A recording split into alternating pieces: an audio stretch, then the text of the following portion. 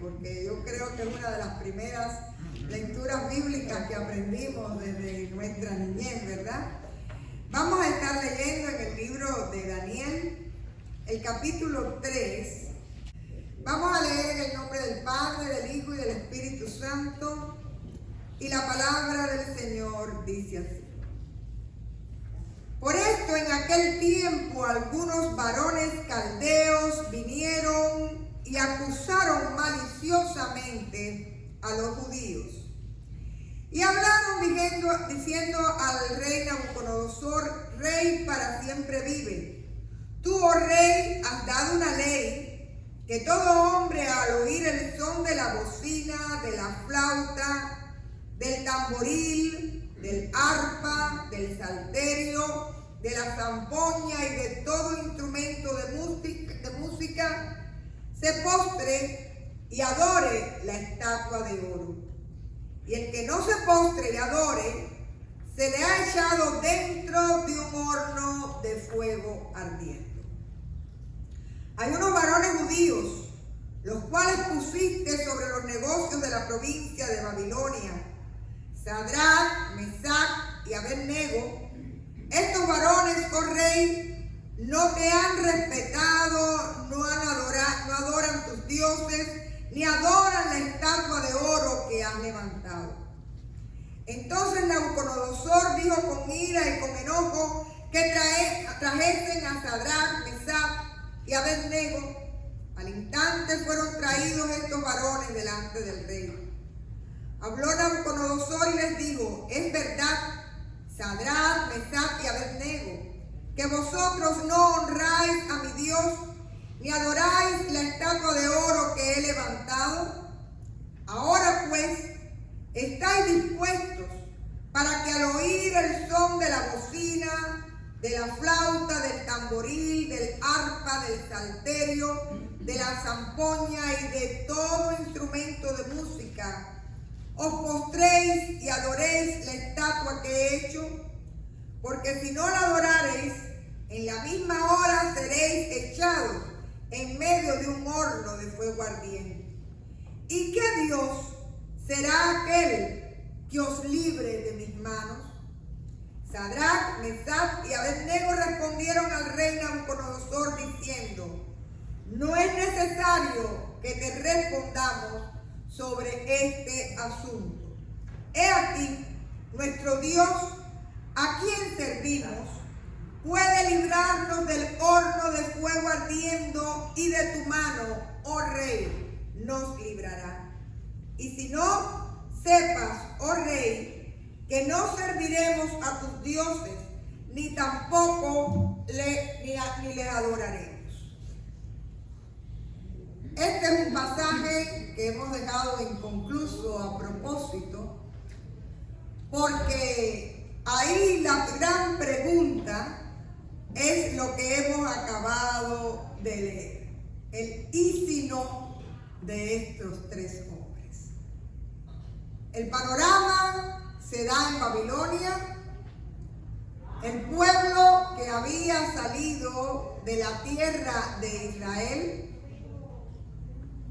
realmente en su primera deportación fueron todas las personas eminentes, y entre ellos va Daniel. En este momento lo que hemos visto es que el rey ha hecho una estatua de oro y ha dado órdenes de que en todo el imperio las personas deben postrarse y adorar a aquella imagen. Un ídolo hecho de manos humanas y que sencillamente por su capricho él ha pedido adoración para él. Como siempre, hay gente que enseguida estuvo dispuesto a postrarse, pero también hay gente con envidia suficiente como para, cuando vieron que estos jóvenes no se postraron, ir a decirlo al rey. Y hemos acabado de leer el pasaje donde estos son convocados por el rey y él les hace rectificar en su respuesta en cuanto a la adoración de la imagen. Y les dice, ¿y qué Dios les va a librar? Y el verso 17 que hemos acabado de leer, vemos que ellos responden, nuestro Dios a quien servimos puede librarnos del fuego del horno ardiendo y también de tu mano, rey. Y ese verso 18, si usted quiere lo puede hasta subrayar en su Biblia. Y si no. Y si no. Quiere decir que ellos sabían que hay muchas oraciones que usted hace y que el Dios las responde en el tiempo y de la manera en la cual usted espera. Pero a veces oramos y el Señor no responde ni en el tiempo ni en la forma. Pero de todas maneras, si usted es una persona de fe, usted es fiel, porque la fe implica fidelidad. Y usted va a saber que la voluntad de Dios siempre es agradable, siempre es buena, siempre es perfecta, aunque no responda como yo quiero. Quiere decir que este rey está amenazando a estos jóvenes con llevarlos al fuego, al horno, que dice que incluso mandó a calentar 7 veces más al tener la ira, ¿verdad?, de recibir esa respuesta por ellos. Y la respuesta de ellos es, Dios puede hacerlo. Ellos lo creían y tú y yo también, amén. Pero y si no, Dios sigue siendo Dios y su voluntad y su sabiduría siguen siendo perfectas y también decimos amén. El miércoles estamos estudiando el libro de los Hechos y la verdad que ha resultado una aventura fascinante. Y comenzábamos estudiando la muerte de Jacobo. Pero Pedro, aunque estaba en la cárcel, Dios lo saca de la cárcel y lo libera. ¿Tenía Jacobo menos fe que Pedro? ¿Era menos amado que Pedro? Los dos fueron discípulos, los dos fueron amados, los dos fueron llamados, los dos fueron escogidos, pero el propósito y el plan de Dios para cada uno de ellos era diferente y a él la gloria. Y si no, se salvó Jacobo, y si no se hubiera salvado Pedro, Dios sabía lo que estaba haciendo, como sabe lo que está haciendo en tu vida y en mi vida cuando vivimos bajo la cobertura de la gracia del Señor. Y en este sentido, ante este asunto de vida o muerte, he aquí que el rey calienta el horno 7 veces y con la misma entran estos jóvenes. Y miren el verso 25. Dice el rey, y he aquí yo veo 4 jóvenes sueltos que se pasean en medio del fuego sin sufrir ningún daño. Y el aspecto del cuarto es semejante a hijo de los dioses. Quiere decir que en medio de aquella situación del horno de fuego, Dios mandó un ángel y cuando el rey ve aquello, manda a que saquen a los 3 jóvenes y dice que no tenían ni peste a humo. Si usted hace un barbecue, todo el vecindario se entera, ¿sí o no? Y esta gente estaban en un horno, calentado 7 veces y ni los pelos se les quemaron, y dice que salieron incluso sin peste a humo. Y dice aquí que Nabucodonosor en el verso 28 tuvo que reconocer el poderío del Dios de estos jóvenes. Dijo él: bendito sea el Dios de ellos. Y reconoció que no había otro Dios como ese. La primera idea que les quiero dejar es que hay que ser muy valiente para ser diferente y leal a nuestras convicciones. Y la historia que hoy hemos leído es una historia que nos habla de fe, que nos habla de fidelidad a las convicciones, pero sobre todo nos habla de un valor que ha sido ejercitado desde el primer momento por estos jóvenes. Yo les digo sinceramente que en estos días hubo un grupo, algunas personas de la iglesia fueron un viaje a Turquía y a Egipto. Y cuando yo veía todo lo que caminaron, todo lo que bajaron, todo lo que subieron, yo decía, yo no hubiera podido. ¿Saben por qué? Porque hay una cosa que se llama ejercitarse. Y si físicamente usted no se ejercita en lo pequeño, caminando el Tropical Park, usted no puede aspirar a ir a Egipto, bajar y subir las pirámides y que todo sea igual. Y si el ejemplo les sirve, les puedo decir que estos jóvenes pudieron ser fieles en un momento porque previamente se habían ejercitado. Porque para ser fiel en lo mucho, usted tiene que primeramente haber sido fiel en lo poco y en lo pequeño. Y quiero llevarles al capítulo 1 de ese mismo libro que es extraordinario, donde nos presentan en el verso 3 a un joven de linaje real, educado, habituado a una vida sin carencias.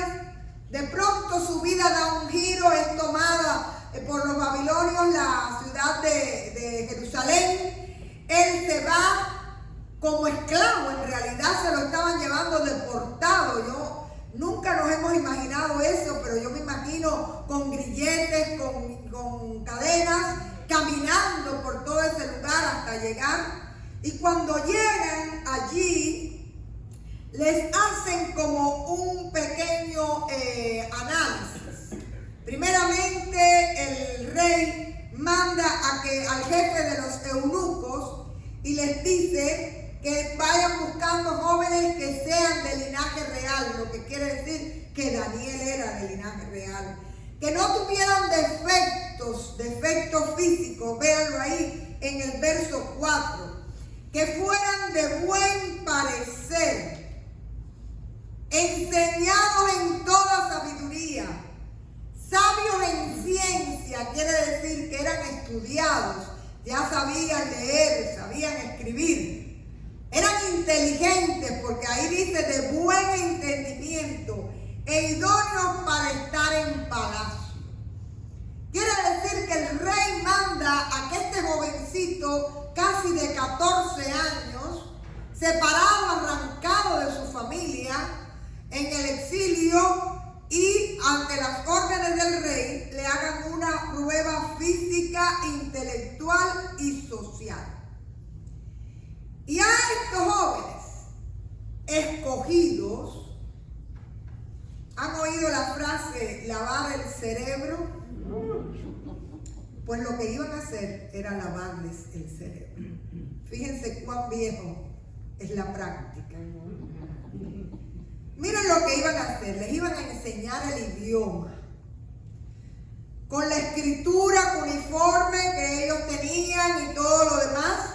Pero en esa educación iban a ser adoctrinados en esta nueva cultura, realfabetizados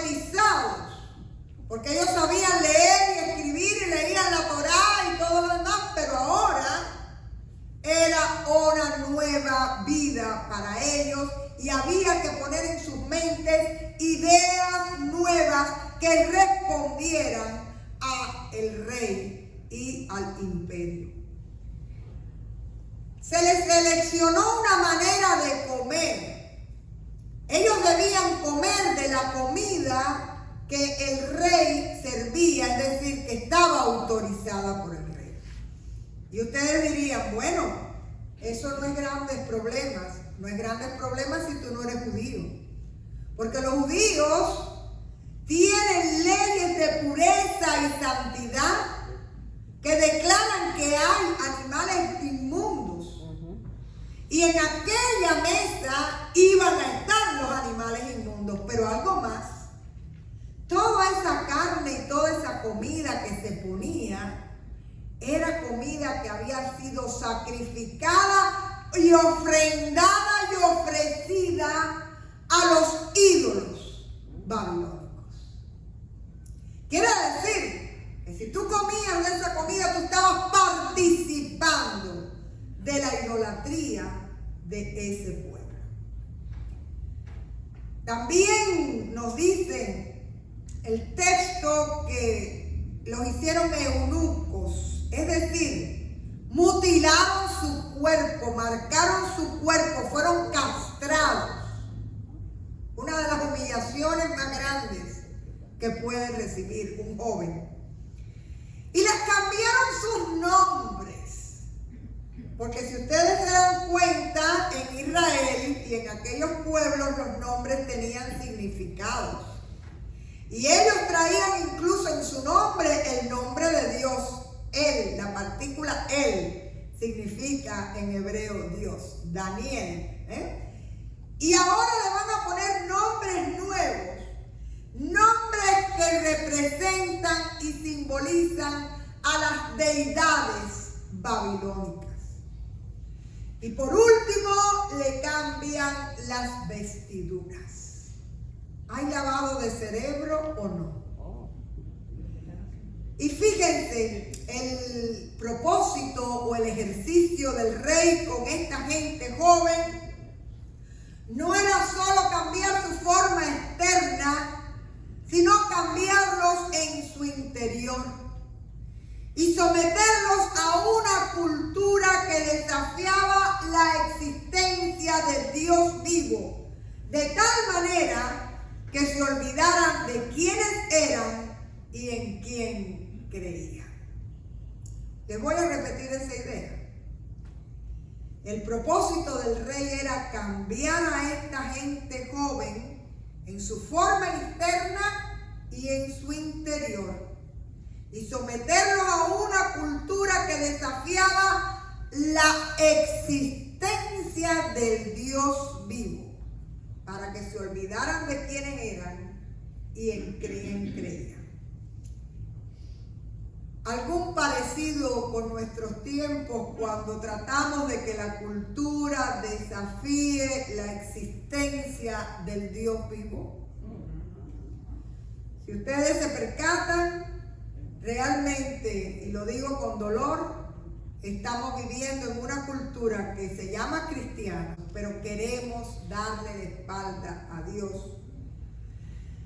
Y hay un verso que es clásico y que es pertinente en este capítulo 1. El verso 8. Dice el verso 8 que Daniel se propuso en su corazón no contaminarse. Es decir, este es un muchachito recién salido de su casa.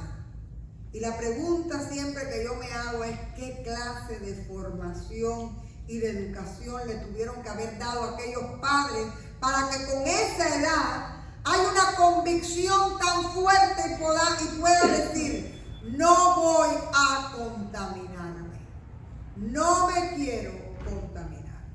Y entonces digo, no voy a participar de la comida del rey ofrecida a los ídolos, ni de la fe del rey, ni voy a ser absorbido por esta cultura contraria al Dios de Israel. Y fue respetuoso, y fue negociador, y logró en lo pequeño. ¿Y qué fue lo pequeño? no comer la comida del rey. Logró en lo pequeño salir airoso y no contaminarse, y Dios le bendijo de tal manera que pudo incluso hallar gracia delante de los ojos del rey. Hermanos, Dios le había dado a Daniel inteligencia, discernimiento, capacidad, y Dios lo quiso devolver con fidelidad.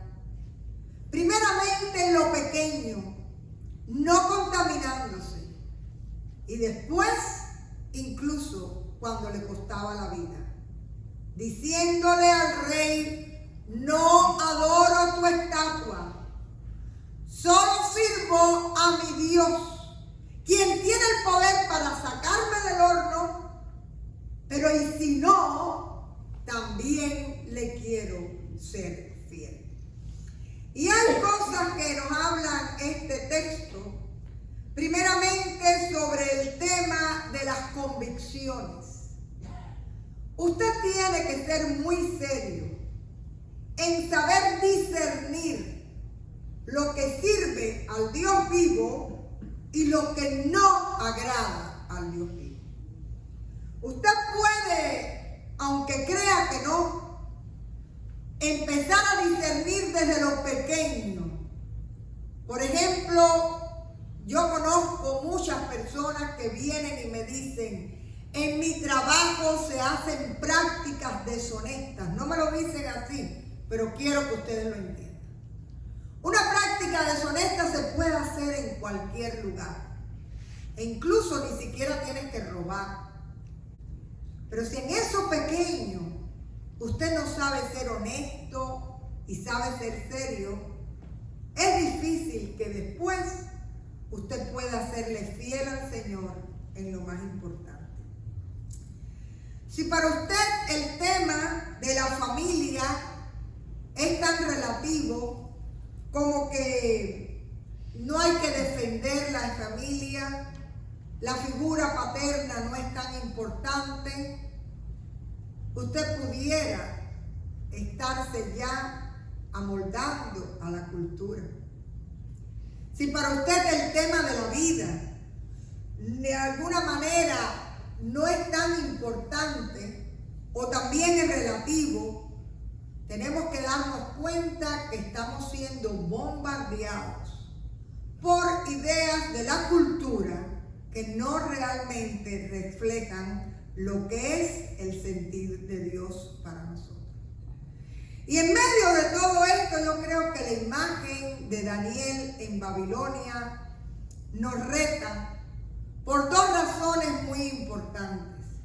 Primeramente, aprenda a discernir qué es de Dios y qué no viene de Dios. Aprenda en lo pequeño a plantarse y sencillamente sea como Daniel. Hay que tener valor para ser diferente. Hay que tener valor para sentirte solo. Pero tú y Dios son mayoría. Nunca vas a estar solo. Y por otra parte, a mi juicio, también hay una enseñanza que nos muestra el texto. Dios nunca, por 70 años casi, no sacó a Daniel de Babilonia. No lo sacó de la situación difícil. No lo sacó de los reyes que quisieron imponerle. Él aprendió a vivir con convicción, con dignidad, con fidelidad y con fe en medio de una situación que le era adversa. Yo creo que una de las cosas que nos habla hoy el texto es la importancia de como iglesia ser testimonio, vivir la fe y sobre todas las cosas en oración pedirle al Señor que nos oriente para saber qué le es grato y qué no, qué viene de Él y qué cosa no viene de Él, en qué puedo participar y en qué no debo participar. porque la historia de Daniel es mucho más fuerte y estuvo dispuesto a ir al horno, sabiendo y reconociendo que su Dios podía librarlo, y si no, seguía siendo su Dios y él seguía dándole la gloria. Que Dios nos ayude a ser la iglesia de Jesucristo, que dé luz y sal al mundo. Dios le bendiga.